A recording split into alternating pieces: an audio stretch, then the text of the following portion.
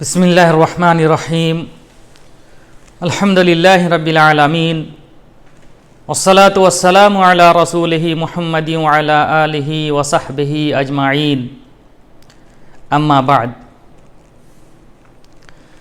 میرے دینی و ملی بھائیوں،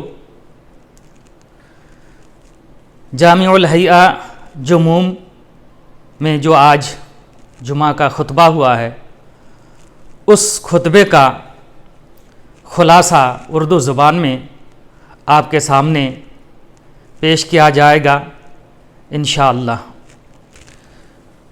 میرے بھائیوں، شیخ محترم کا جو خطبہ تھا، وہ خطبہ دراصل ہمارے سامنے جو کورونا کی وبا موجود ہے، جس کا ہم سامنا کر رہے ہیں، اس سے کیسے بچیں گے، اسی سے متعلق تھا۔ میرے بھائیوں، یقین جانیے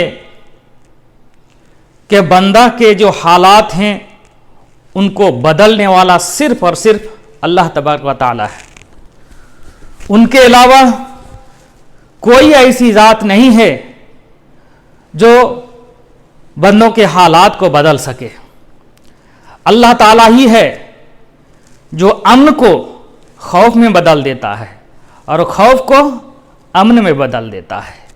وہ اللہ تعالیٰ ہی ہے جو خوشحالی کو تنگی میں بدل دیتا ہے اور تنگی کو خوشحالی میں بدل دیتا ہے۔ وہ اللہ تعالیٰ ہی ہے جو صحت کو بیماری میں بدل دیتا ہے اور بیماری کو صحت میں بدل دیتا ہے۔ میرے بھائیوں، اللہ تبارک و تعالیٰ کا اپنے بندوں کے تعلق سے یہ طریقہ کار رہا ہے اور دائمی سنت رہی ہے کہ اس کے بندے جب اس کی نافرمانی کرتے ہیں اور گناہوں پہ گناہ کیے جاتے ہیں تو اللہ تبارک و تعالیٰ ان سے ناراض ہوتا ہے اور ان سے اپنی نعمتیں چھین لیتا ہے اور اپنا عذاب بھی مسلط کر دیتا ہے۔ اللہ تبارک و تعالیٰ نے فرمایا، ان اللہ لا یغیر ما بقوم حتی یغیروا ما بانفسہم، کہ اللہ تبارک و تعالیٰ کسی قوم کی حالت کو نہیں بدلتا یہاں تک کہ وہ لوگ خود ہی اپنی حالات کو بدل لیں۔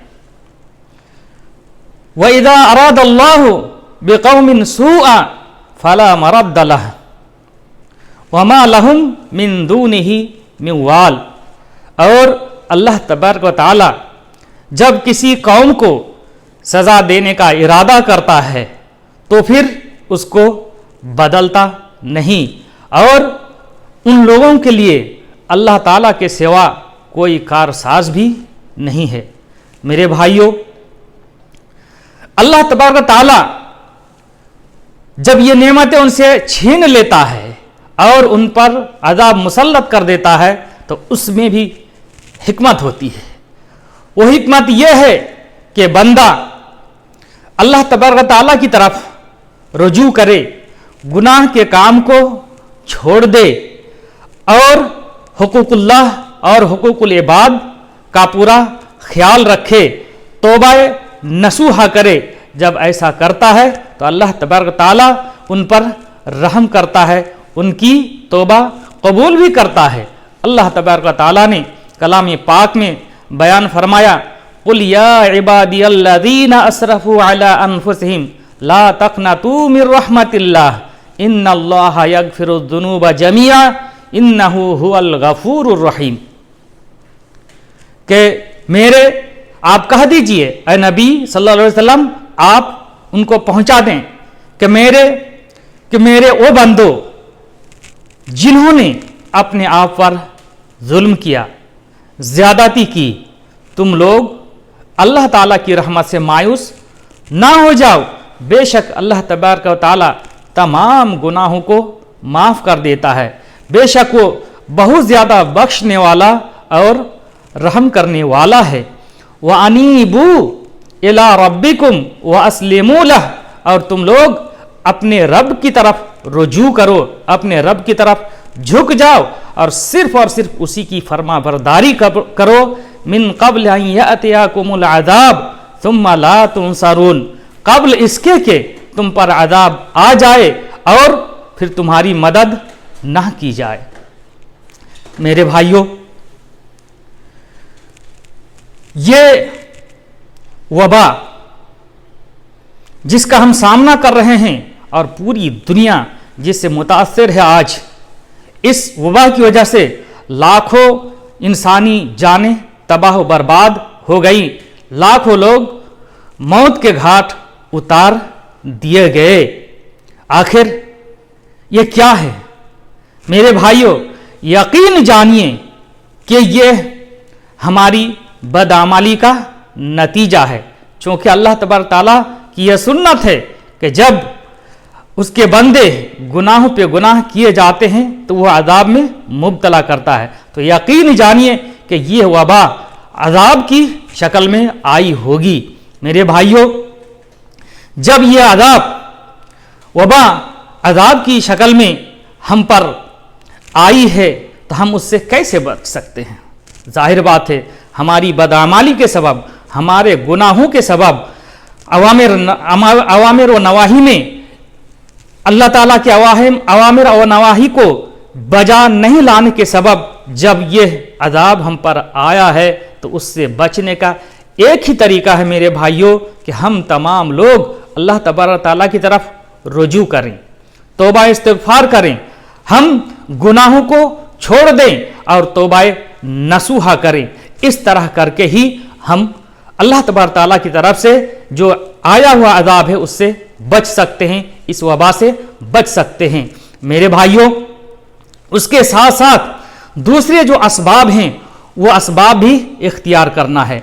सबसे पहले मेरे भाइयों जो शरई असबाब हैं वो इख्तियार करना है। उनमें शरई असबाब में सबसे पहली चीज़ जो है वो ये है कि एक बंदा सिर्फ और सिर्फ अल्लाह तबारक ताला पर तवक्कुल करे, भरोसा करे और ये यकीन जाने कि सिर्फ और सिर्फ अल्लाह तबारक ताला ही इस वबा से निजात दे सकता है। उसके साथ साथ जो शरई औराद और अज़कार हैं, मासूर दुआएं हैं, उनका भी पूरा इत्मीम करे। उसके साथ साथ जो तिब्बी असबाब हैं उन तिब्बी असबाब को भी इख्तियार करे और जो समाजी दूरी है उसको बना करके रखे। फिलहाल एक दूसरे के साथ सलाम करते वक्त हाथ ना मिलाए और हाथों को बार बार धोता रहे और सैनिटाइज करता रहे और इसी तरह जो मास्क है मास्क का इस्तेमाल करता रहे और जब वो मस्जिदों में नमाज के लिए जाए तो अपना पर्सनल मुसल्ला और सुज्जादा भी लेकर के जाए।